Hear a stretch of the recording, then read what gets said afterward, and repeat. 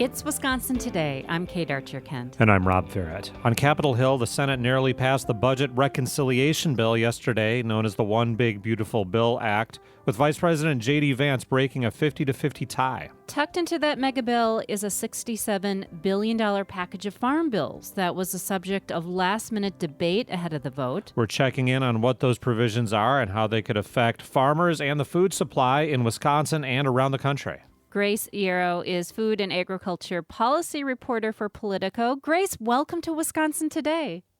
Thanks for having me.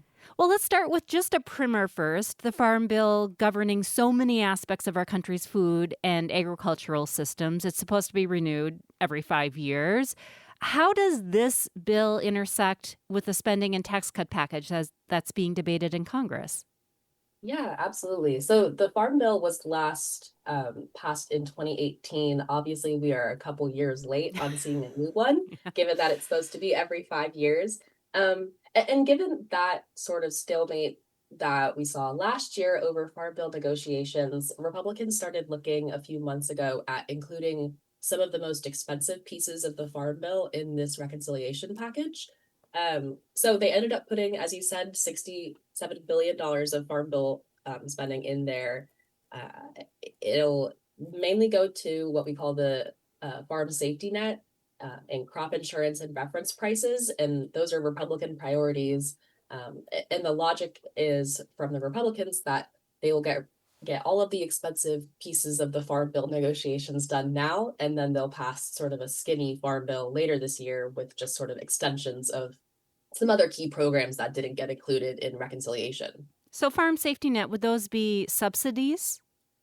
Yeah, those are big commodity subsidies that you think of for folks that really haven't seen any new policy updates since 2018. Obviously, when you talk to lawmakers and farmers, a lot has changed since 2018. So they have really been desperate for some new policy here. Commodity groups representing big like row crops like corn and soy, beef, meat, poultry, etc., have really backed these programs included in reconciliation because it will benefit their members. So they're thrilled about it. But it is a big piece of spending in this bill for sure. I think I read that these subsidies will then extend to other family members off the farm under this spending package. Yeah, this ended up being a little bit of debate on Monday when the Senate was doing their marathon vote-a-rama vote. Chuck Grassley from Iowa, the senator from Iowa, has this long-running idea of making the Farm Bill subsidies so that they would only benefit one person on the farm and only working farmers, and have income limits so that those subsidies aren't going to big farmers is his idea. So he was going to raise that as an amendment. He ended up dropping it in the end, but that did end up being a pretty big conversation on Monday, even while lawmakers were so focused on some other pretty controversial pieces of this bill. So Republican Senator Chuck Grassley of Iowa is a ranking member of the Senate Agriculture Committee, a lifelong farmer, and he got quite a bit of pushback as he proposed this amendment to the bill that would have limited the income threshold for farmers to receive federal aid from some farm bill programs. How would that have worked? Can you kind of tell us about his vision? Yeah, this is something that he's pushed for a long time. And he didn't end up forcing a vote on it. So the details are TBD. Mm-hmm. But yeah, he really wants to prioritize sort of small and medium-sized farms with the farm subsidies. That received a ton of pushback from those big commodity groups that I had mentioned. There was a group of dozens that sent a letter to Senate Majority Leader John Thune over the weekend, urging him to make sure that folks opposed this. And then a lot of Republicans also on the Ag Committee in the Senate were really pushing back on Grassley's plan here. But it was an interesting conversation that popped up during this reconciliation process, where that's something that Democrats are also on board with. A lot of them were open to voting for the Republican-led amendment since it would benefit smaller farmers, which is one of their long-running priorities. So it was an interesting flurry of lobbying that we saw over the weekend and on Monday. Well, here in Wisconsin, farm consolidations and large scale farms like CAFOs, they have had effects on the small family farms here in Wisconsin that have struggled to stay operational. How might the bill affect small and even medium sized farm operations? Yeah, there are some programs included in that $67 billion farm bill section of the reconciliation package that um, groups in here in DC would argue go to sort of smaller, more niche producers. Hmm. There's some spending in here for honeybee producers or organic producers, specialty crop producers, and those kinds of things they would argue are more beneficial for smaller farmers. But largely the big commodity spending here does generally go to bigger farmers, which is the decades long debate as we think about the farm bill. So yeah, well, it just pretty much boosts spending to existing programs, but I mean, it will be interesting to watch. I will say Senator Grassley, in agreement as part of his deal to not force a vote on his amendment, got a commitment from the Senate Agriculture Committee Chair, John Bozeman from Arkansas.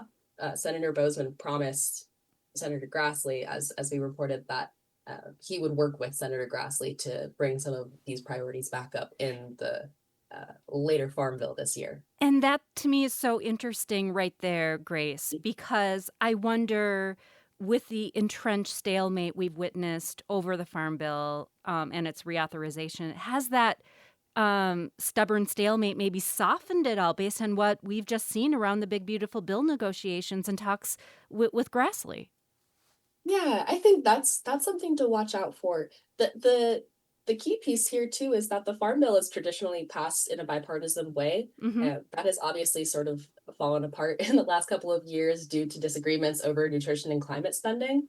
But I would note that a lot of those uh, things that Democrats really fiercely oppose still ended up in the reconciliation package. But Democrats have said they won't come to the table on this so-called skinny farm bill later this year. Um, but a lot of that will end up being sort of extensions and not the big expensive, splashy pieces that we're seeing here in reconciliation. Um, Republicans are already carrying out their SNAP spending cuts that they had planned to use to spend for farm programs last year. So it'll be interesting to see how it takes shape. But yeah, I think there's some optimism from Republican leaders on the ag committees in both chambers that once they pass this reconciliation bill, that they can get to work and just pass a pretty basic farm bill, just extending some of the rest of the programs that farmers need. Talking with Politico's food and agriculture policy reporter Grace Yarrow as we look at farm bill provisions in the U.S. Senate's budget reconciliation bill, which the Senate passed Tuesday. Grace, you talk about SNAP, the Supplemental Nutrition Assistance Program. You've been reporting on cuts to that program by pushing some of the costs onto states. What might that look like? Yeah, so it will vary state by state. There was a lot of wrangling in the end that ended up being pretty key to the bill's passage in the end. So the Senate Republican leadership ended up including an exemption for Alaska to secure support from Lisa Murkowski, the Republican senator from Alaska, Hmm. so that she would vote for the bill. But yeah, this plan would force some states to start paying for part of SNAP. Currently, they don't pay for any of the SNAP benefits, so it's a pretty big change for a lot of states. And any state under the Senate bill that has an over 6% error rate in SNAP would have to pay for up to 15% of the program. So that depends state by state. Certain states have really, really high error rates, like Alaska, which is why Republicans were looking to give Alaska a little bit more of a cushion from this. And these But error rates are like improper payment rates that could, that yeah, should have never been paid or made the incorrect amount. Is that and it can affect, I guess, other agency programs as well. yeah, absolutely. These are over and under payments. A lot of the times they're unintentional. They're just like a household receiving SNAP didn't update their income Mm. properly, or a worker in one of the state agencies just sort of estimated the SNAP benefits wrongly. So It's more common in other states. Wisconsin, for example, has a really low error payment rate. So, given the data from the last couple of years, Wisconsin may not have to pay for SNAP at all, other than administrative costs under the Republican plan. But yeah, it'll vary state by state, and it'll be interesting to watch how the error payment rate changes in the next couple of years. Okay, so now that the bill has passed the Senate, what are you watching for next? Lots of drama likely in the House. They are supposed to vote as soon as this morning on a procedural rule to continue with the bill. I will say there is already a lot of pushback from fiscal hawks in the House about not meeting as many spending cuts as they had intended. Even in the SNAP piece of this bill, Senate Republicans ended up really dialing back what House Republicans had hoped. So they're cutting a lot less from SNAP than House Republicans had hoped. And on the other side, moderate Republicans are still quite nervous about the cuts to SNAP spending and Medicaid spending, and the changes there in the bill. So it'll be interesting to watch if people fall in line, how those negotiations happen over the next couple of hours here. Grace, thank you so much for the update. Thanks for joining us. Yeah, thanks for having me. Grace Yarrow is a food and agriculture policy reporter for Politico. She was with us to explain the Farm Bill provisions in the budget reconciliation bill that was passed by the Senate yesterday. It's now back in the House, as Grace said, and how Wisconsin farmers could be affected. Farming being a major economic driver for our state, Wisconsin home to over 58,000 farms. We want to hear about the impact of the Farm Bill on your farm operation, how crops are grown, what kind of crops you plant. Reach out to us with your story about farm policies, what provisions have touched your life personally. We also want to hear your thoughts on other policy issues in Wisconsin. Email us to get in touch at wisconsintoday@wpr.org. That's wisconsintoday@wpr.org.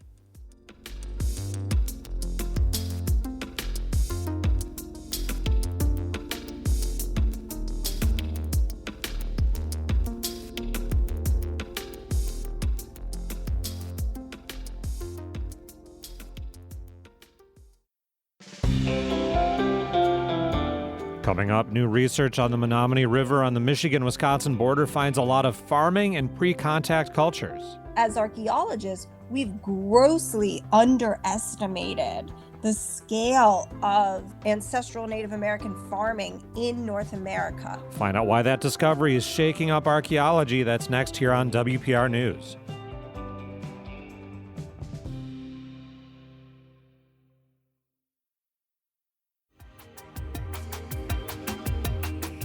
It's Wisconsin Today. I'm Kate Archer-Kent. And I'm Rob Farrett. Along the Menominee River on the border between Wisconsin and Michigan's Upper Peninsula, archaeologists have discovered what they believe to be the largest intact remains of an ancient Native American agricultural site in the eastern United States, dating back 1,000 years. Using drones and LiDAR technology to look at raised gardening beds along a stretch of the river, a team of researchers from Dartmouth College found that the ancestors of the Menominee Indian tribe of Wisconsin were growing crops at a much, much larger scale than previously thought. David Greenone is the Tribal Historic Preservation Officer with the Menominee Indian Tribe of Wisconsin. He worked with Dartmouth researchers on this new report. And Madeline McLeister is an assistant professor in the Department of Anthropology at Dartmouth College. She co-authored the new report on the findings in the journal Science. Madeline, welcome to Wisconsin Today. Thanks for having me. And David, thanks for being with us. Thank you. So, David, let's start off by looking at the site. This was pretty significant and important even before this new research we're talking about. Can you tell us a little bit about this 60-island region and what it means? Well, the Menominee people had lived on the Menominee River for thousands of years. Our creation story took place at the mouth of the Menominee River, and we have several occupation sites up and down the Menominee River, burial sites, mounds, sacred areas, ceremonial areas.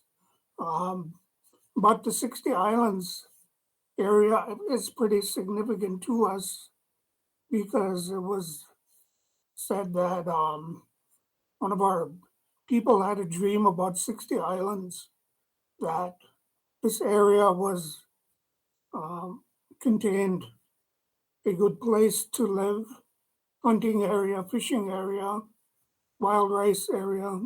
So a group of our people had moved up there um, and lived there for thousands of years using the site. Now, Madeline, when you and your team came to look at this area, what first made you want to start looking for signs of more agriculture than we might have expected beforehand? We had been collaborating with Dave Greeno, as well as an archaeologist, Dave Overstreet, who recently passed, on identifying and mapping agricultural field ridges at the Menominee Reservation. And alongside that work, Dave Greeno and Dave Overstreet had been trying to get the 60 islands and surrounding area listed on the National Register of Historic Places, which they succeeded in doing. And that area is called Anna M. Omet, though you can get a better pronunciation of it from Dave. And so we had been testing, using drone LiDAR to map these features. And 60 Islands was identified in the early 90s by archaeologists and mapped by a woman named Marla Buckmaster. And along with Jan Brashler, they excavated portions of it. And Buckmaster thought she had mapped about 60% of the site. And so Dave Greeno and Dave Overstreet were really interested in getting a full account of the site. And LiDAR mapping is very good at that. So we came out and we did it. And what we found was not only was the site much more extensive, so much larger than what was previously mapped. So we found about 95 hectares in cultivation, so 10 times bigger than what Buckmaster had mapped previously. That it was denser, there are many more ridges. And then also that it extended beyond the survey area. So there's huge portions of the site potentially that are still not yet known. David, when this LiDAR information came back, what did you think of that? I assume you suspected that there was more than met the eye here, but when we saw Madeline's team come back with this data, what did you think about that? Well, I thought it was amazing because I think we only, by looking at the site, we only saw parts of the garden beds, but the LiDAR discovered more extensively sites, garden beds, different archaeological features. Madeline, this is interesting locally, of course, and for the history of the Menominee people here, of course, but it's also a big deal in capital letters, as I understand it, for North American archaeology, period. What is the significance? Why are we getting even national attention on this? Well, it's not just significant nationally, but we'll cover why that's significant, but it's also globally important, I think, for thinking through some kind of central tenets of archaeological theory. So I'll start with why it's significant in North American archaeology. So 60 Islands, even at 9.5 hectares, was one of the largest, if not the largest, preserved ancestral Native American agricultural site in Eastern North America.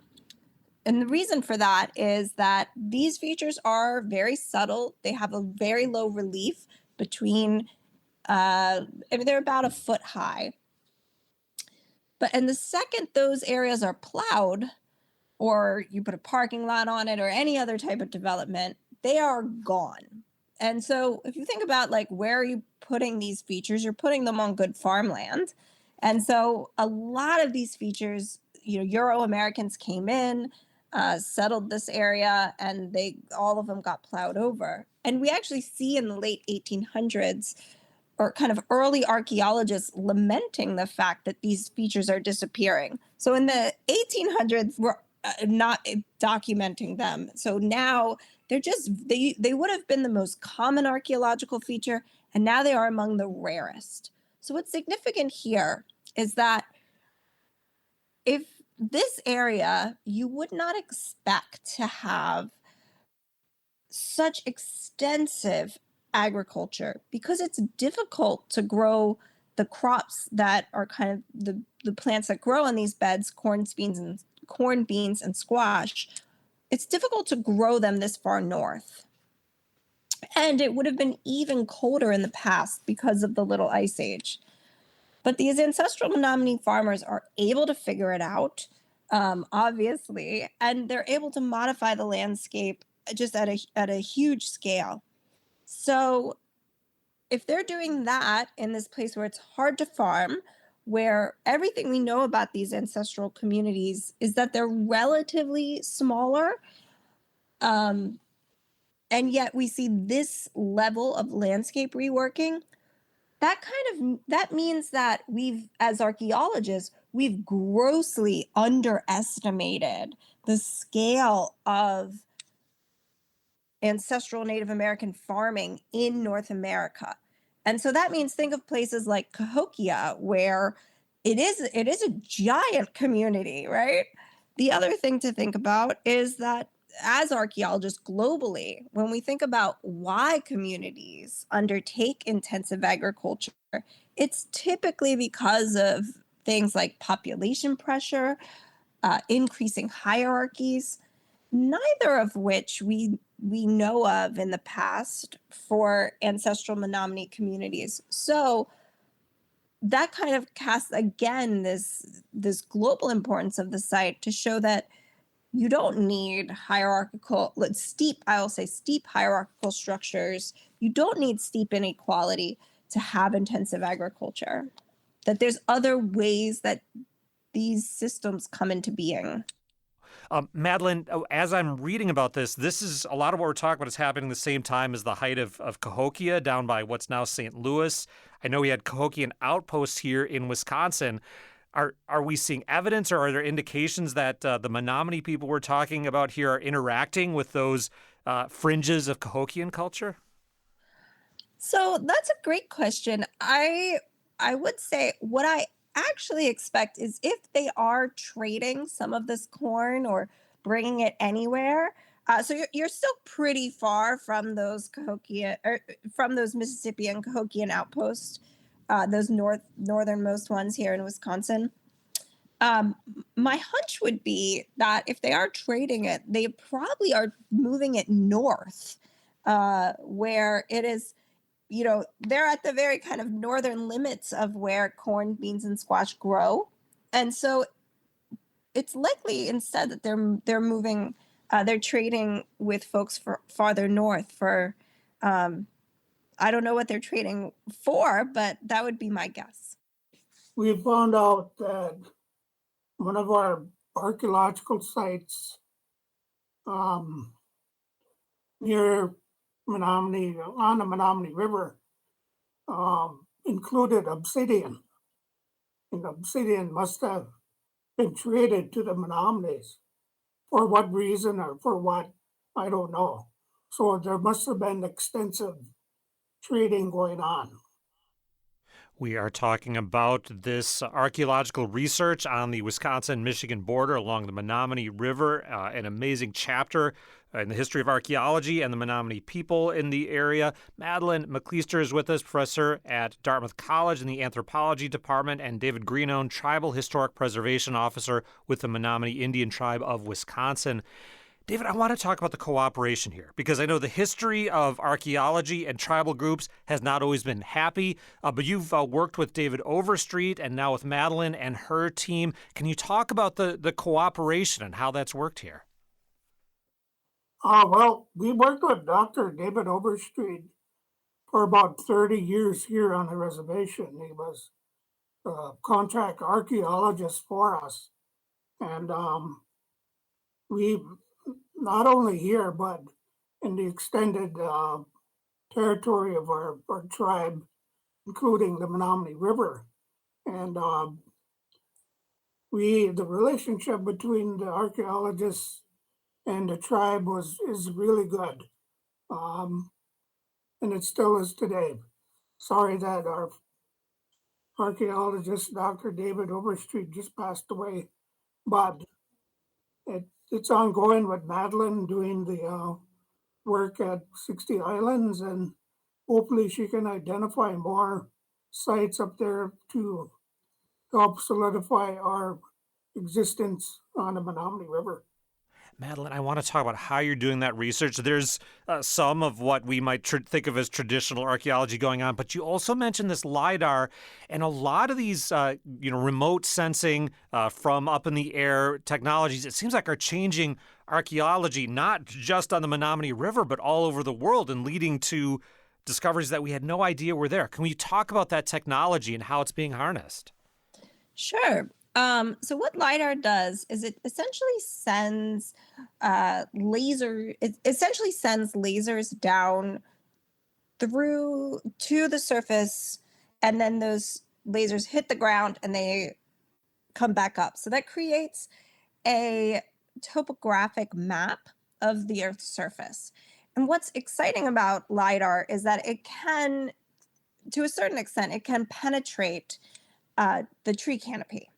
In a place like 60 Islands, where the tree canopy is so dense, we actually flew the LiDAR in this really tight window where the snow has melted, but the leaves haven't emerged on the trees. Typically, LiDAR has been flown from an airplane. And of course, you have to fly an airplane fairly high in the sky, whereas a drone can fly much lower.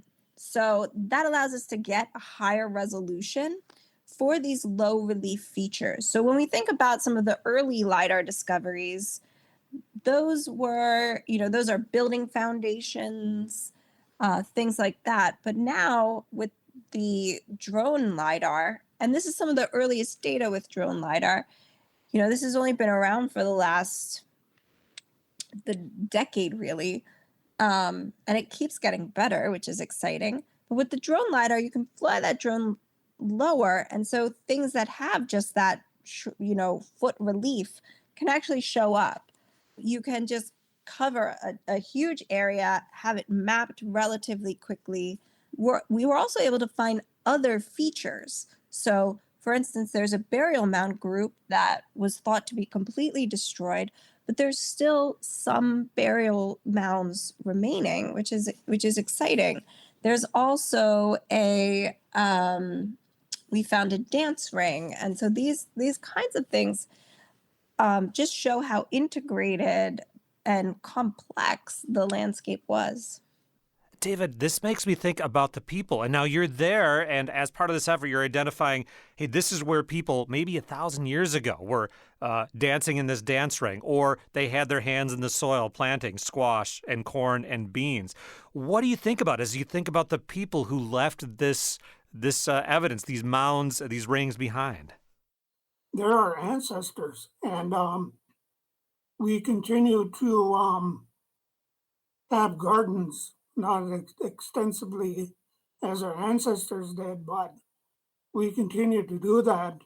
We continue our ceremonies here on the Menominee Reservation, much like our ancestors did on the Menominee River. I want to ask each of you about your future hopes for research at this amazing place. David, let's start with you this time. This isn't the end of the story, I don't think. What are you still hoping to learn and to find here? I'm hoping that more features like mounds and ceremonial areas, burial grounds will be found so that we can preserve them as much as we can for the Menominee tribe. And Madeline, your hopes to find more here when, as you said, there might be similar sites over the country that are under farm fields or parking lots now. What are your hopes for future research here?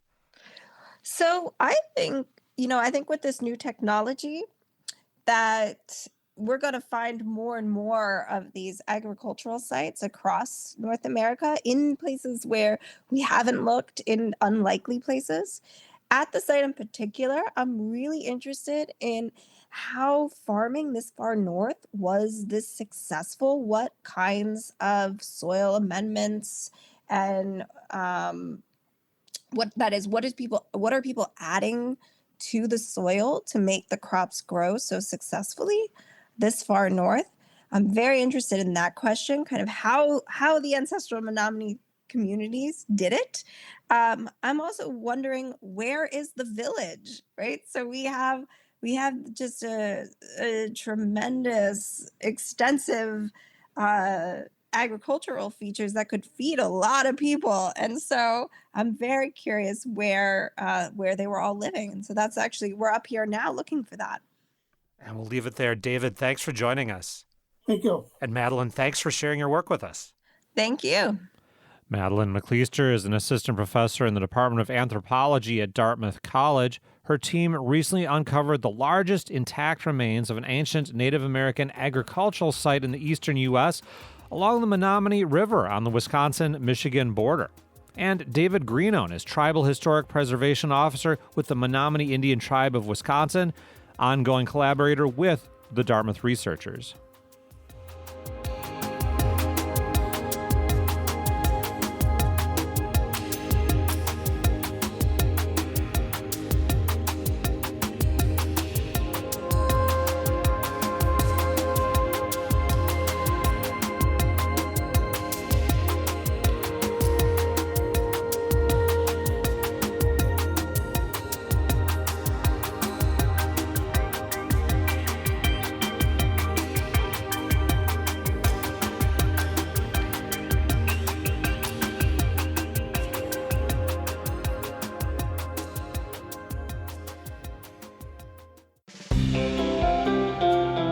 Still ahead on Wisconsin Today, Latinos have a high risk of dementia as they age, and a new Wisconsin partnership aims to train medical students to work with the Latino community. How do we treat Latinos? What are the barriers that they experience? How do we involve their families in the process? That's next on WPR News.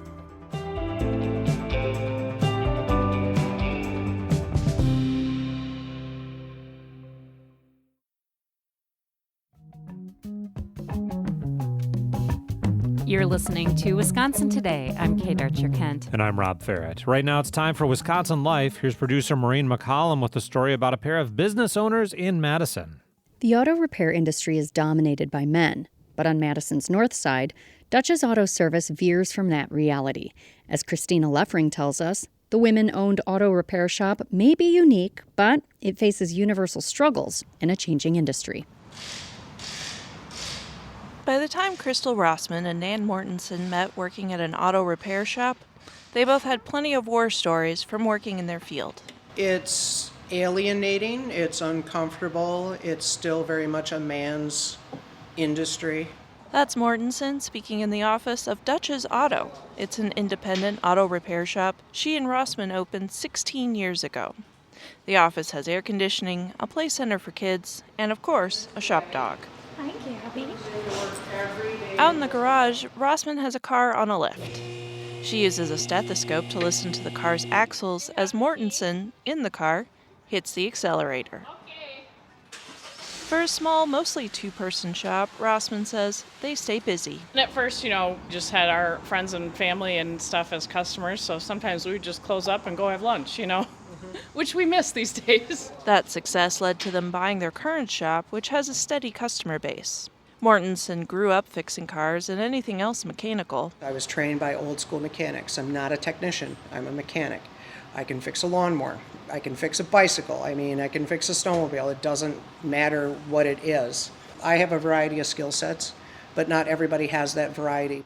Rossman went to college and got an office job, but realized it wasn't the right path for her.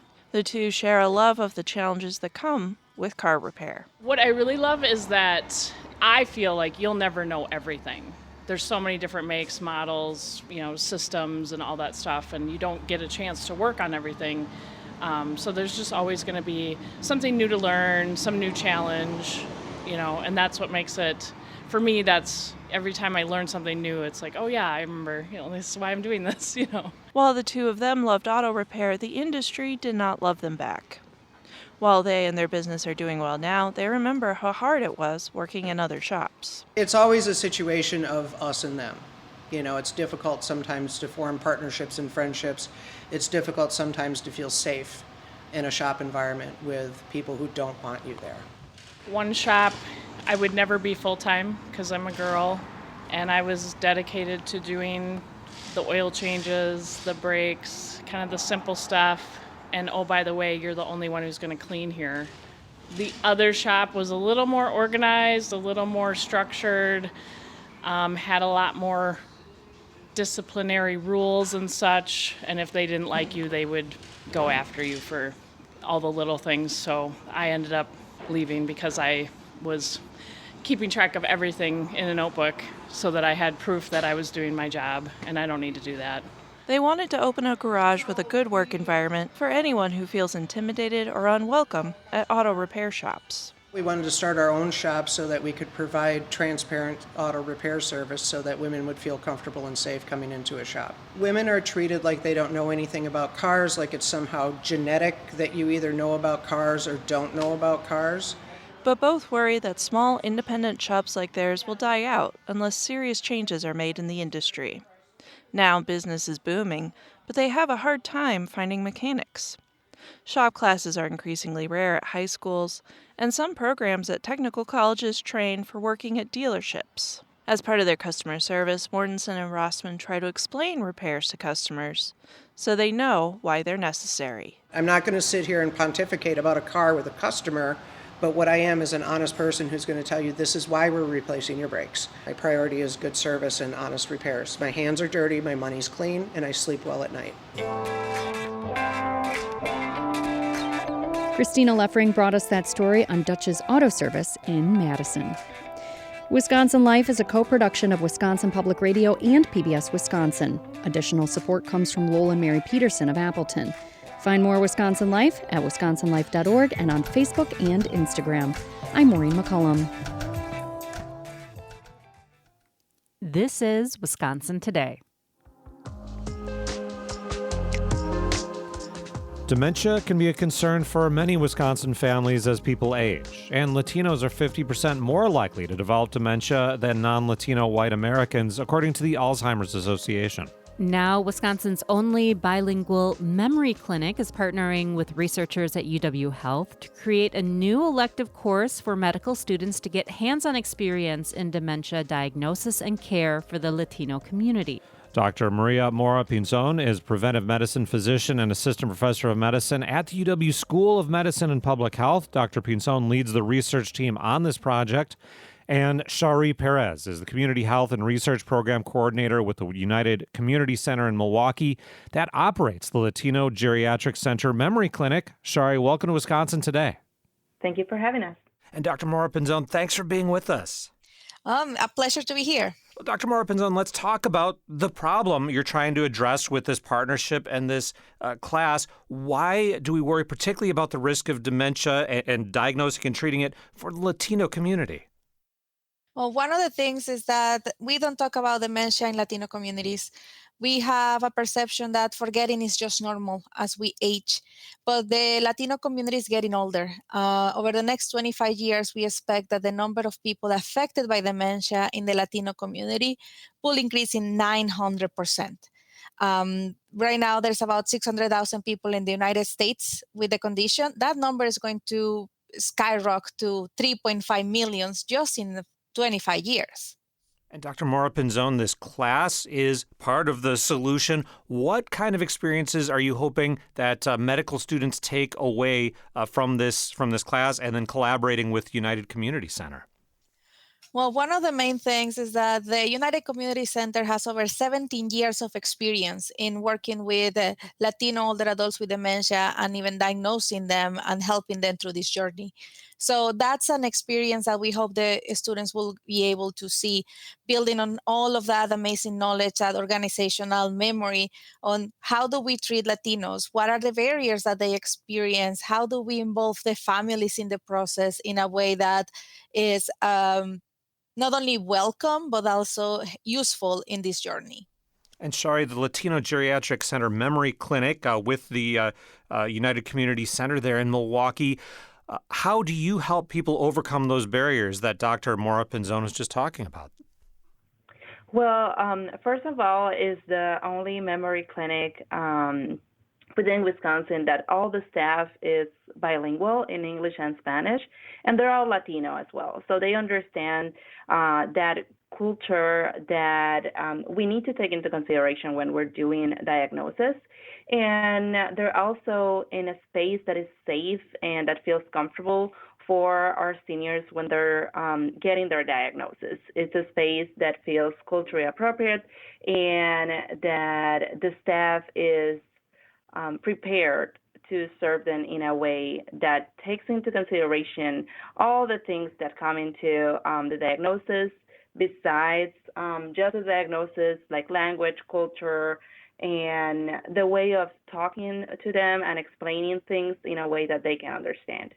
Dr. Mora Pinzon, what are some of the concrete obstacles that, hey, if I'm a health care provider and I don't understand the language or the culture, what kind of things am I going to miss when I'm trying to, say, have a diagnosis of dementia? Well, one of the first things is that sometimes we think Spanish is the same, but it's actually very different from one country or another. And I love this example that I learned actually from my partners at UCC. There's one of the tests that we do for memory in general is asking somebody, hey, could you give me 10 fruits or 10 vegetables? There's one word that depending of your country of origin, you might refer to one fruit or one vegetable. Unless we know, okay, where is this person coming from? What word are they using the right word correctly, or are they using the wrong word? That's a key example of why it's important to know where somebody's coming from, what are the experiences. Another example is in some countries, there's might be houses building on rivers and lakes. So if you ask somebody, could you draw a house, and they draw a river under the house, you might think as a provider like, oh no, they are clearly confused. When it turns out that maybe they are just remembering things from their childhood. Shari, how are you going to be working at the United Community Center with these medical school students to learn those things that we just heard from Dr. Mora Pinzon, those kind of examples of understanding the culture to help with that diagnosis? Yeah, it's going to be interesting for them because they're going to be able to have their lectures and get, all this information. But at the same time, they're going to have the opportunity to come here to the clinic and shadow our nurse and our social worker and the doctor and be able to see how they interact with the participants, how the participants ask questions, and be able to see beyond just the lecture as well in terms of resources, because they're going to have the opportunity to visit our adult day center where they're going to see what happens after the diagnosis. We're talking about a new partnership aimed at better serving Wisconsin Latinos suffering from dementia. Dr. Maria Mora Pinzon is with us, Assistant Professor of Medicine at the UW School of Medicine and Public Health, and Shari Perez, Health Research Program Coordinator for the United Community Center in Milwaukee. Dr. Mora Pinzon, this is not the first piece of cooperation between UW-Madison, UW Health, and the United Community Center. Can you talk about the history behind this that can lead up to a collaborative project like this? Oh, delighted to talk about this. So I'm also part of the Wisconsin Alzheimer's Institute, which is part of the School of Medicine. Since 1998, our institute has been developing this network of clinics where we have partners all around the state. We provide education, support for many physicians around the state on how to diagnose dementia, what to do when you get into trouble, where to refer patients if you need a second opinion. Over the last 20 years, we've been working on that, and the clinic at United Community Center has been one of those key clinics always with us over the last 17, 18 years, being part of this community. So this is, I will say, a continuation of that work. How do we now train medical students, train other people specifically on all of the things that the Latino Geriatric Center has been able to learn and create over the last few years? And Shari, from your side of things, so can you talk about that history of collaboration and the kind of partnerships you try to build there? Yeah, definitely. UW-Madison, UW Health has always been a great partner of UCC. They have supported our clinic and have supported other projects as well, research project, education projects for our Latino community, not only the older adult community, but all communities as well. And I think the most important part is that they are present in the community. We feel comfortable reaching out when we have an issue, when we identify a gap in our community. We know that we can call them and talk about possible solutions for what we've seen, always keeping in mind what the community needs and what the community wants. Dr. Mora Pinzon, part of dementia diagnosis can start with making sure family members and other loved ones are aware. They know the warning signs. This could be a challenge for any community, of course, in Wisconsin. How do you reach out in particular to the Latino community to have that public health message out there to watch for dementia? Well, that's one of the things that we are also looking for the different options. We know that increasing awareness in our communities is important. But we are using all of the methods at our disposal. We have done TV announcements, we have little TV segments, social media, community events, and I think UCC is a great example of this, doing education sessions and just keep the word out. But every day is a challenge. There's a lot of information. So we really hope also that as we progress, we learn of new ways to get families, to get people involved, to increase the awareness. But the main thing is just putting the information everywhere, reaching out where people is, and not just hoping for somebody to ask their doctor, oh, by the way, is this an issue? And Shari, how do you do that on the ground there in Milwaukee? Yeah, we try to connect with the families and not think only about the patient, but we have information and resources for the family as well. Some of the services that we have here in the community is respite services like the Adult Day Center, where they have a space where they feel safe to send their parents and then be able to do other things like working or kind of taking a break. We realize that our communities sometimes feel that taking care of their parents is their duty, and sometimes it's overwhelming and they don't know who to ask for help. And that's why we're here, to let them know it's okay to ask for help, and we're here to support you. We'll leave it there. Dr. Mora Pinzon, thanks for joining us today. Thank you for having me. And Shari, thanks for being with us. Thank you so much. Dr. Maria Mora Pinzon is an assistant professor of medicine at the UW School of Medicine and Public Health. Shari Perez is the Community Health and Research Program Coordinator for the United Community Center in Milwaukee. Then talking about a new course for medical students to gain dementia care experience working with the Latino community.